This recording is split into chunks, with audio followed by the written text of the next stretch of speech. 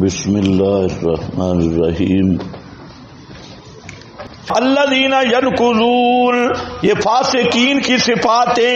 پہلی صفت جو توڑتے ہیں عہد اللہ، عہد اللہ کا یعنی اللہ سے کیا ہوا معاہدہ، اور عہد معہود مراد ہے جو اللہ سے معاہدے کیے من بعد میثاقہ ہی، بعد ان کے پختہ کرنے کے. وَيَقْطَعُونَ مَا أَمَرَ اللَّهُ بِهِ، اور کاٹتے ہیں اس چیز کو کہ حکم کیا اللہ نے، ساتھ اس کے کیا، ساتھ اس کے یعنی اس کو جوڑا جائے. وَيُفْسِدُونَ فِي الْأَرْضِ، اور تیسری صفت فساد کرتے ہیں زمین میں. اولئک هم الخاسرون، یہی لوگ ہیں پورا نقصان اٹھانے والے. اب یذل به ما یذل به الا الفاسقین، فاسق الخارجون عن حدود الایمان ازرو المعانی، مراد کافر ہیں. الذین، پہلی صفت ہے ینقضون عہد اللہ. عہد سے کیا مراد ہے؟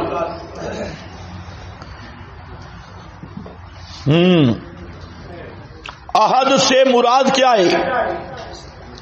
لکھا ہے کہیں؟ وہ نہیں لکھا. عہد سے مراد عہد ایمان ہے. عہد سے مراد کیا؟ عہد ایمان.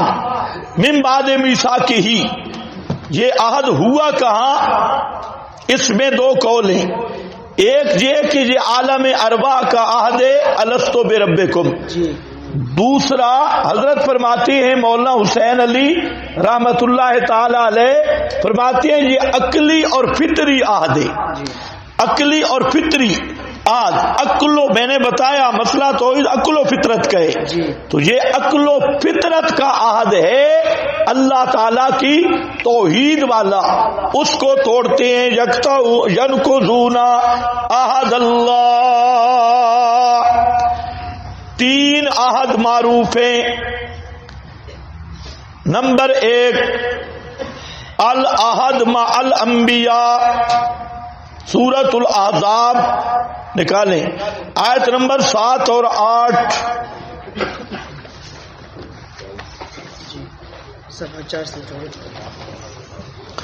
یہ انبیاء سے عہد لیا. یہ صفحہ نمبر ہے 773. وَإِذْ أَخَذْنَا مِنَ النَّبِيِّينَ مِيثَاقَهُمْ، اور جب لیا ہم نے من النبیین، نبیوں سے، میثاقہم،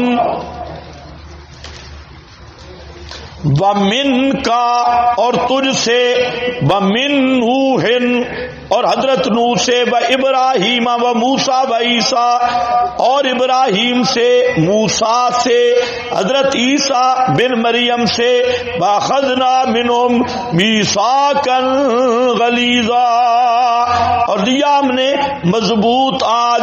لیسأل الصادقین عن صدقہم وأعد للکافرین عذابا علیما.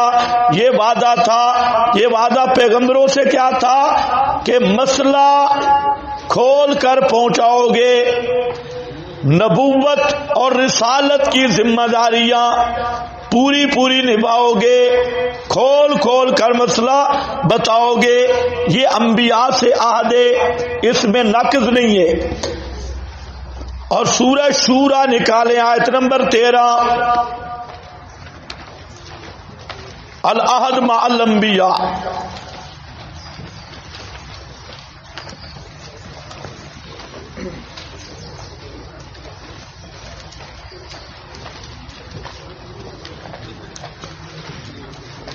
شرع لکم من الدین ما وصی بہ، صفحہ نمبر 896. مقرر کیا ہم نے واسطے تمہارے دین، ما وصی بہ نوحا، جو وصیت کی تھی اس دین کے ساتھ حضرت نوح کو، والذی اوحینا الیک، اور وہ جو وحی کیا ہم نے طرف تیرے، اور وہ جو وصیت کی ہم نے ساتھ اس کے ابراہیم و موسیٰ و عیسیٰ، حضرت ابراہیم، حضرت موسیٰ، حضرت عیسیٰ کو کس چیز کی؟ یہ کہ ان اقیم الدین، ان اقیم الدین، الدین یا التوحید، ان اقیم التوحید۔ سب انبیاء کو وصیت کس کی تھی؟ بولو بولو کس کی؟ اقامت توحید کی۔ کس کی؟ اقامت توحید کی۔ ان اقیم الدین، اقامت دین کی۔ انبیاء صرف بیان کے لیے نہیں آئے،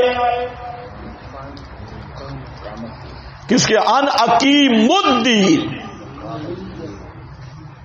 ان اقیم الدین، دین کو قائم کرو جی۔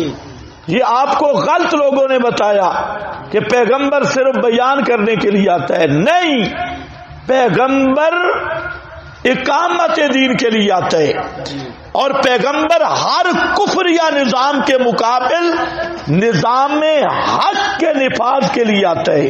ہر پیغمبر کو اللہ نے نظام الہی، دین کا معنی پڑھ چکے ہو، قانون، نظام الہی، وہ دے کر بھیجتا ہے، صرف بیان نہیں، اس کی اقامت۔ اور بالخصوص محمد مصطفیٰ صلی اللہ علیہ وسلم کی بعثت کا مقصد فرمایا هو الذی ارسل رسولہ بالہدی ودین الحق لیظہرہ علی الدین کلہ وکفی باللہ شہیدا۔ محمدی بعثت کی غرض ہے لیظہرہ، ایسا دین کامل دے کے بھیجا، نظام حیات، تاکہ سارے دینوں پر دین محمدی غالب ہو جائے جی، غالب ہو جائے۔ آج دین طاغوت، دین دجال، نظام دجال، نظام طاغوت دنیا پہ چھایا ہے، اور مسلمان خواب غفلت میں، جماعتیں اسی میں کہ بیان اچھا ہو جائے، فیسیں مل جائیں، یہ دین کی خدمت ہے، فیسیں صحیح ملے، بیان شہرت اچھی ہو جائے۔ اور کئی مولوی تو ہر جگہ پہ بیان کر دیتے ہیں ہماری عزت بڑی زیادہ ہے، عزت بڑی زیادہ ہے، اچھا فلاں بڑی زیادہ ہے۔ اور خدا کے بندو، تم علماء ہو، براثت الانبیاء ہو، اور براثت و نبی آخر الزمان، کیا پیغمبر اس لیے آئے تھے کہ تقریروں کا مقابلہ ہو؟ نہیں، پیغمبر نے یہ دین بیان کیا کہ مساجد میں تجارت کرو؟ نہیں، محلے والوں سے پیسے لو؟ نہیں، نکاح کے پیسے تھے، دفنا کے پیسے تھے، کفن بھی ملا چوری کر کے لے آیا، یہ وارث نبی ہے۔ اور امام الانبیاء آئے لیظہرہ علی الدین کلہ، اقامت توحید، اقامت دین۔ اور جو ملا اقامت التوحید کی محنت نہیں کرتا، وہ بظاہر جتنا نیک ہے اللہ کے نزدیک وہ اتنا مجرم اور لعنتی ہے۔ بے شک لوگوں نے سمجھا دین یہی ہے،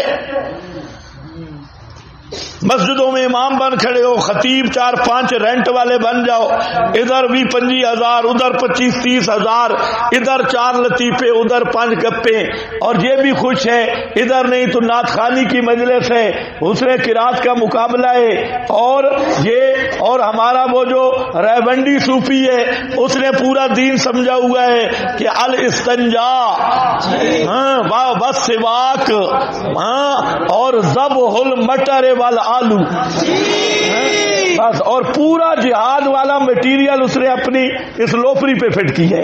یہ جو چند گشت ہوتی ہے صحابہ مشورہ کرتے تھے تو یہ ان کا مشورہ ہے. صحابہ کا مشورہ کیا ہوتا؟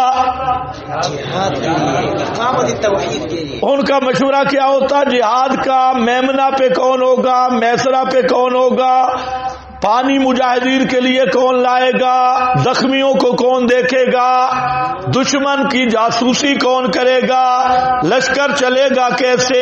یہ صحابہ کی تشکیل تھی. اور اس کے مقابلے میں ایک نقلی تشکیل ادھر آ گئی.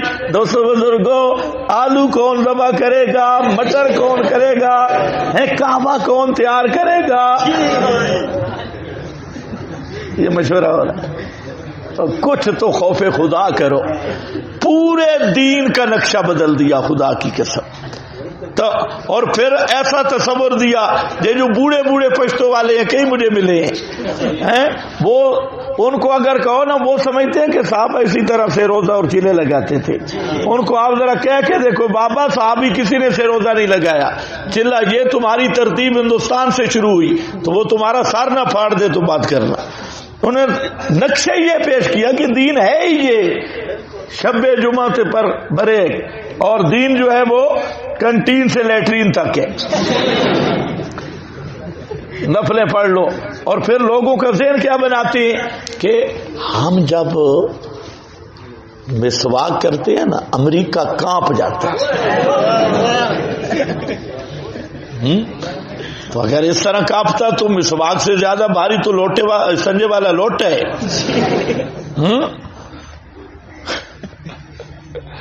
خیر خدا ہدایت دے بھائی، ان کے لیے ہدایت ہے بڑی، اسباب کے لحاظ سے بعید ہے جس لائن پہ یہ چلے گئے.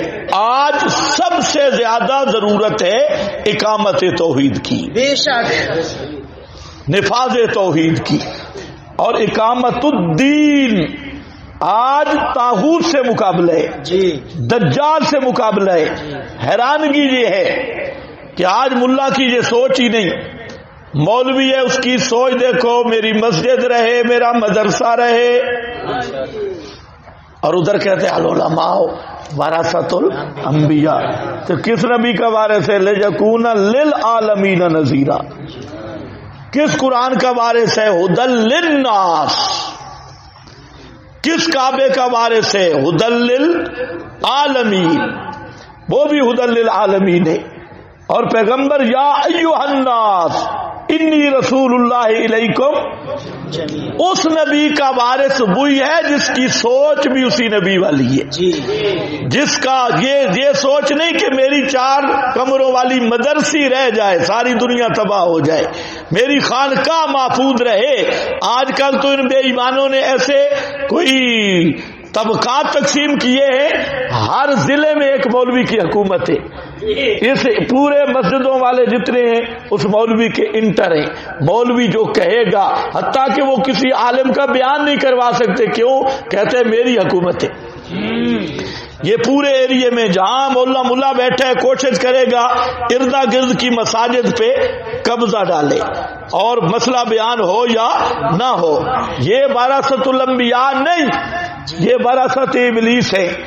وراثت الانبیاء وہ ہیں کہ جن کی سوچ، جن کا ذہن، جن کا ظرف بھی انبیاء کی طرح وسعت والا ہے. کچھ لوگ 5واں سٹیپ لے آتے ہیں. پہلے نمبر پر نبی کریم علیہ السلام کی دعوت کے 5 ادوار ہیں. پہلا دور خصوصی دعوت ہے، 1 کو 2 کو 3 کو 4 کو دار ارقم ہے. پھر جب قوت آ گئی یہ انفرادی دعوت، اس کے بعد خصوصی دعوت ہے. انذر عشیرتک الاقربین. قبائل، کوئی مدینہ سے، کوئی ادھر سے، کوئی ادھر سے، خصوصی دعوت ہے. پھر جب کچھ لوگ آ گئے تو اب عمومی دعوت شروع ہوتی ہے. اور عمومی دعوت میں یا ایھا الناس بھی ہے، یا اہل الکتاب بھی ہے. مولویوں کو دعوت، پیروں کو دعوت، تمام عالم کو دعوت. اس دعوت کے بعد نمبر آتا ہے قتال کا، جہاد کا. یہاں بعض ساتھیوں کو یہ بھی غلط فہمیاں پیدا ہو گئی، انہوں نے بغیر دعوت کے قتال تک پہنچ گئے، قتال تک. جہاں ویسے میں یہ نہیں کہہ رہا کہ یہ کہیں قتال جائز ہی نہیں، یہ غلط سمجھنا. الجہاد ماضٍ الی یوم القیامہ، وہ جہاد ہر دور میں ہے، لیکن جو ہم جس ایریا میں ہیں یہاں سب سے زیادہ ضرورت دعوت کی ہے، تصادم کی نہیں، دعوت. کتاب و سنت کے ساتھ لوگوں کو دعوت دو اور ہر آدمی دعوت دے. اور پھر یہ جو 4 درجے ہیں یہ تو کسبی ہیں. جو قتال کا معاملہ ہے اس کا میدان، اس کے اسباب اللہ تعالی خود مہیا کر دیتے ہیں. بدر میں کوئی لڑائی کا پروگرام ہی نہیں تھا جی. اگر آپ بدر کا جائزہ لیں تو کوئی باقاعدہ لڑائی کا انتظام ہی نہیں تھا، اللہ نے اچانک یہ اسباب پیدا کر دیے. اس لیے میدان اور قتال اور اس کے کیسے ہوگا. آج ہم سوچتے ہیں یار 4 مولوی مل کر کیا کریں گے، 4 مولوی ہیں اقامت توحید کی بات کریں گے تو کیا کریں گے. ہم تو 4 ہیں، یہ کام 1 سے شروع ہوتا ہے جی، 1 سے شروع ہوتا ہے. تو کام جو ہمارے بس میں اس میں زور لگاؤ، جو بس میں نہیں تو وہ تم اس کے مکلف نہیں، وہ اللہ ہی کر دے گا جی. یہ خلافت عثمانیہ کی جو اصل تاریخ، ایک تو کنجروں کا ڈرامہ ہے، یہ تو تاریخ کو مسخ کر دیا گیا. یہ جو توغرل ڈرامہ نکلا مجاہدین کو بدنام کرنے کے لیے جی. اور وہاں ساری عورتیں بے حیائی اور مجاہدین کا ایسا کریکٹر ان شیطانوں نے پیش کیا جیسے وہ قتال بھی انہی عورتوں کے پیچھے کرتے تھے.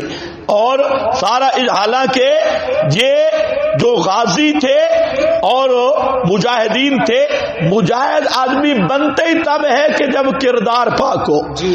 اگر کردار میں بے حیائی ہو تو وہ بزدل ہوتا ہے، وہ مجاہد نہیں ہوتا. تو انہوں نے اب یہ بھی ایک سازش ہے دجالی، جس ترکی کو آپ کہہ رہے ہیں خلافت عثمانیہ تے فلاں فلاں، یہ ترکی مجھے یوں لگتا ہے کہ اب جس طرف یہ ترکی جا رہا ہے کہ یہ دجالی مشن کا سب سے پہلا سپورٹر بننے جا رہا ہے جی. اب جو اس کا رخ ہے اللہ ان کو بچا لے، لیکن اب غلط رخ پہ چل پڑا.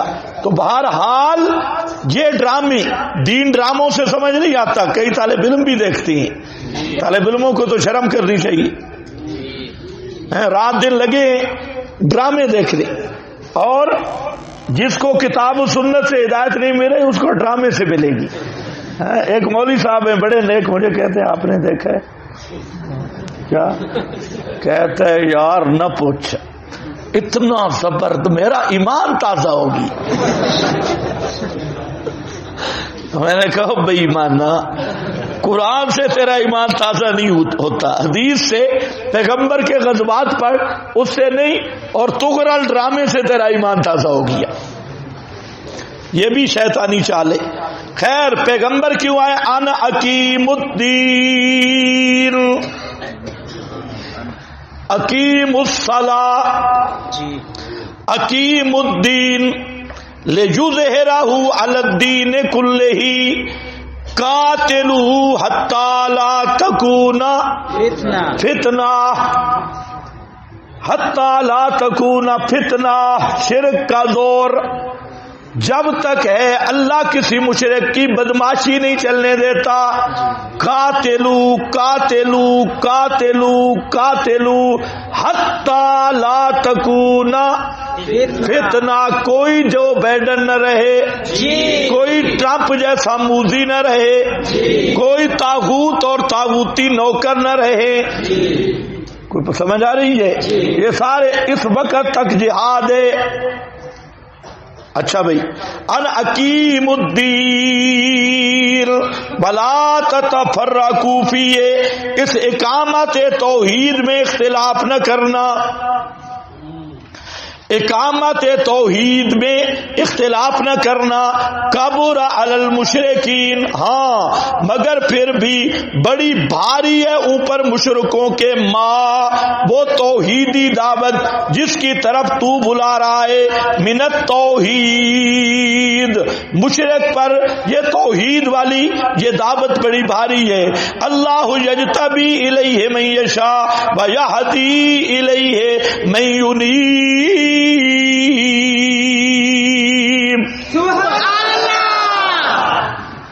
دیکھو بھئی یہ ہے عہد مع الانبیاء،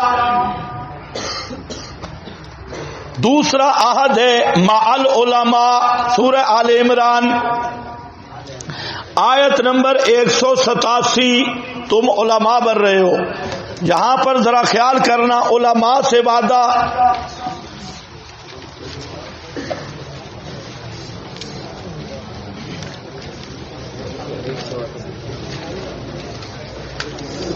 صفحہ 148،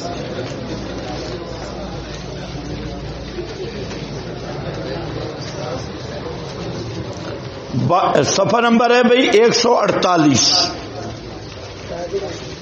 آیت نمبر 187، وَإِذْ أَخَذَ اللَّهُ مِيثَاقَ الَّذِينَ أُوتُوا الْكِتَابَ، اور جب لیا اللہ نے پختہ وعدہ کس سے؟ اوت الکتاب، علماء سے، کتاب والوں سے، کس چیز کا عہد لیا؟ آگے ذرا پڑھنا، لَتُبَيِّنُنَّهُ لِلنَّاسِ، او مولویو مسئلہ توحید کھول کھول کے بیان کرنا ہے لوگوں کے سامنے۔ یہ عہد کس سے ہے؟ علماء سے، لِتُبَيِّنُنَّهُ لِلنَّاسِ، للناس عام لوگوں کے سامنے، عوام الناس کے سامنے، دوسرے لوگوں کے سامنے کھول کھول کر مسئلہ بیان کرنا ہے، ڈنڈی نہیں مارنی۔ آگے پھر تبیین میں بھی بات آ گئی، لیکن تاکید، بلا تکتمونہ، بلا تکتمونہ، اس مسئلے کو چھپاؤ گے نہیں، تبیین کرو گے، چھپاؤ گے نہیں۔ اس لیے یاد رکھ، عالم کی سب سے بڑی نیکی اور سب سے بڑا تقویٰ وہ ہے اللہ کی توحید کا مسئلہ کھول کھول کے بیان کرنا۔ سن رہے ہو میری بات؟ عالم کا تقویٰ نفلیں نہیں، ماتھے کا محراب نہیں، تسبیح نہیں، ہاتھ میں تسبیح پھیر رہا ہے نہیں، یہ عالم کا نہیں۔ عالم پر سب سے بھاری ذمہ داری وہ یہی ہے کہ اللہ کی توحید، پیغمبر کی سنت، دین اسلام، اقامت توحید، جو مسئلہ بھی آ گیا اس کو کھول کھول کھول کے بیان کرے ہیں، اور ذرا بھی نہ چھپائے، کسی کا لحاظ نہ کرے اس مسئلہ میں۔ جو عالم اس نہج پہ ہے، خدا کی قسم اس سے بڑا اللہ کا ولی کوئی نہیں۔ اور جو عالم ساری رات مصلے پہ کھڑا ہے، دن روزے میں ہے، ہاتھ گھس گئے تسبیح پڑھ پڑھ کے، موٹی موٹی تسبیح ہے بڑا نیک بنا ہوا، لیکن مسئلہ میں ڈنڈی مار رہا ہے، واللہ العظیم وہ اللہ کے دربار میں سب سے بڑا لعنتی ہے۔ اولئک یلعنہم اللہ۔ اس لیے یاد رکھو، یہ علماء سے عہد لیا گیا، آج علماء بیان کر رہے ہیں نا، وَلَا تَكْتُمُونَهُ۔ آگے اللہ نے بھی شکایت کی، فَنَبَذَهُ وَرَاءَ ظُهُورِهِمْ، انہوں نے پیٹھ پیچھے بے ایمانوں نے پھینک دیا، بیان کرنا چھوڑ دیا، وَرَاءَ ظُهُورِهِمْ وَاشْتَرَوْا بِهِ ثَمَنًا قَلِيلًا۔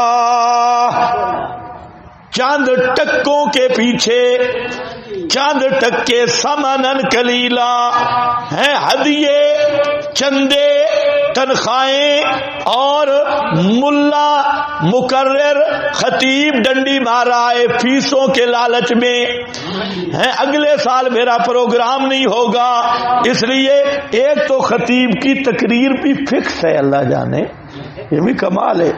45 منٹ ہو گئے، بآخر دعوانا۔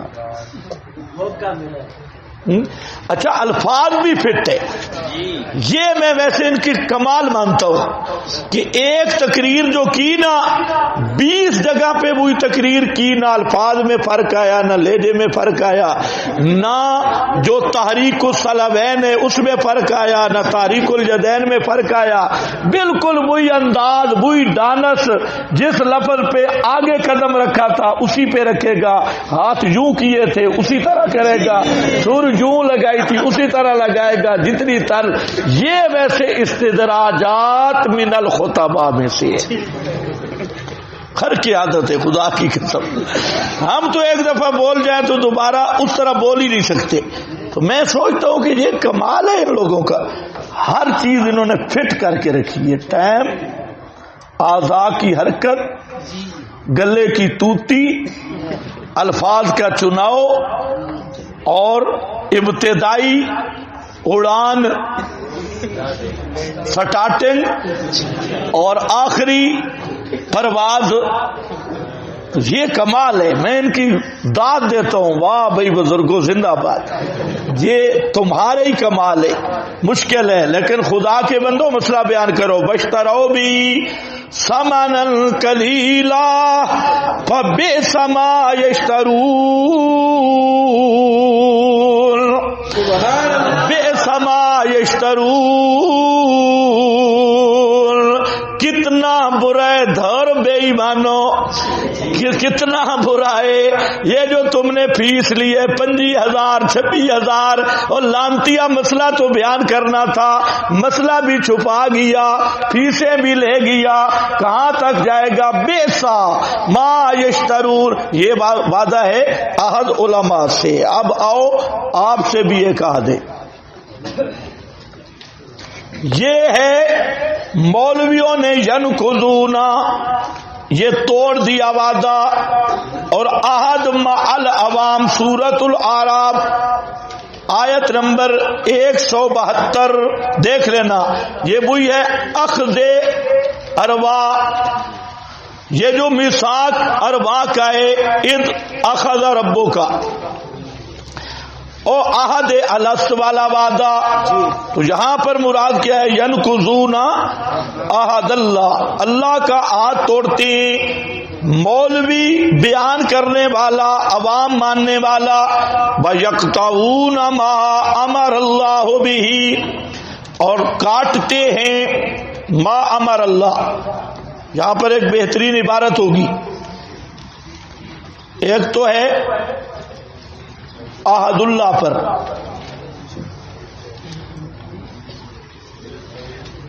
ایک فائدہ ہے اصلاح روحانی کے 3 قوتیں، 3 قوتوں کی ضرورت ہے۔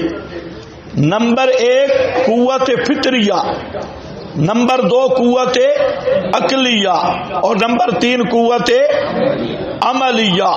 یہ جو عہد ہے اس پر بہترین عبارت ہے نصب الادلۃ علی وحدانیتہ۔ مولانا حسین علی صاحب اسی کو لیتی ہیں کہ عہد سے مراد اللہ نے جو توحید کے دلائل قائم کر دیے اور آدمی کو عقل بھی دے دیا، تو یہ گویا کہ عہد توحید ہے۔ نصب چپ کرنے سے سبق تو ختم نہیں ہوگا، وقت بڑھ جائے گا۔ نصب الادلۃ علی وحدانیتہ، اور نقضہم، نقض کیا ہے؟ ترک النظر فی ذالک، دلائل میں غور نہ کرنا، یہ ہے ترک، نقض، قرطبی ہے۔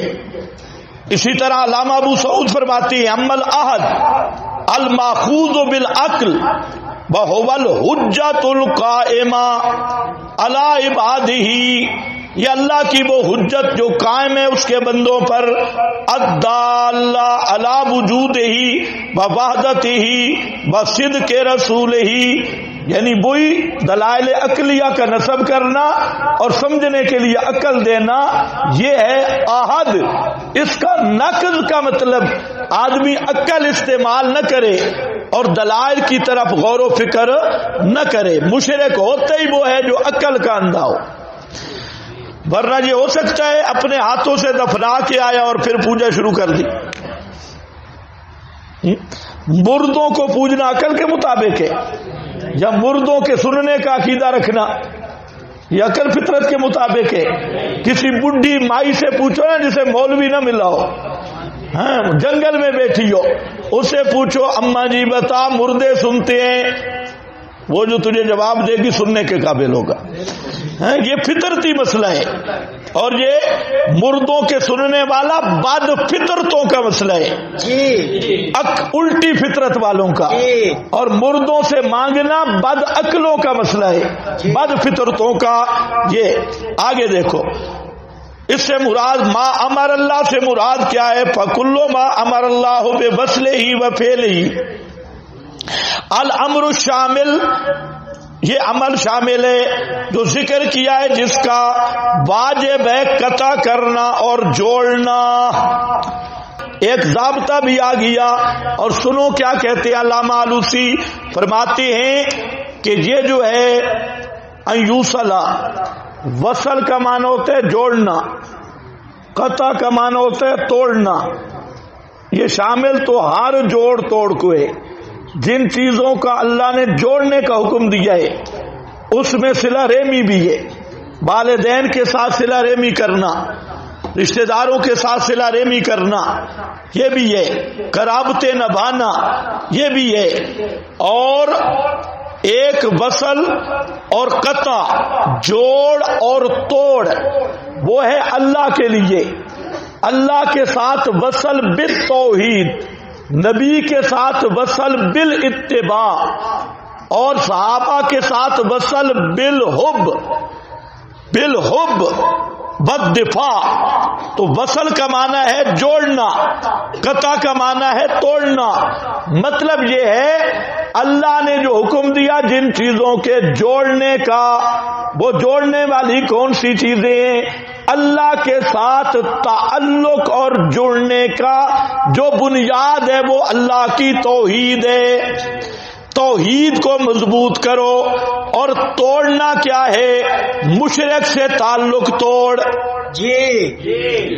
قطع کر، مشرک سے تعلق توڑ، بدعتی سے تعلق توڑ۔ اے مسئلہ اوکھے یوصلہ، ہر بدعتی سے تعلق توڑ دے، ہر مشرک سے تعلق توڑ دے، ہر مباحد کے ساتھ تعلق جوڑ ہیں، مباحد کے ساتھ رحماء بینہم اللہ بین قلوبہم، یہی سیرت بتاتی ہے مومنوں کا جوڑ ہو، مشرک کے ساتھ توڑ ہو۔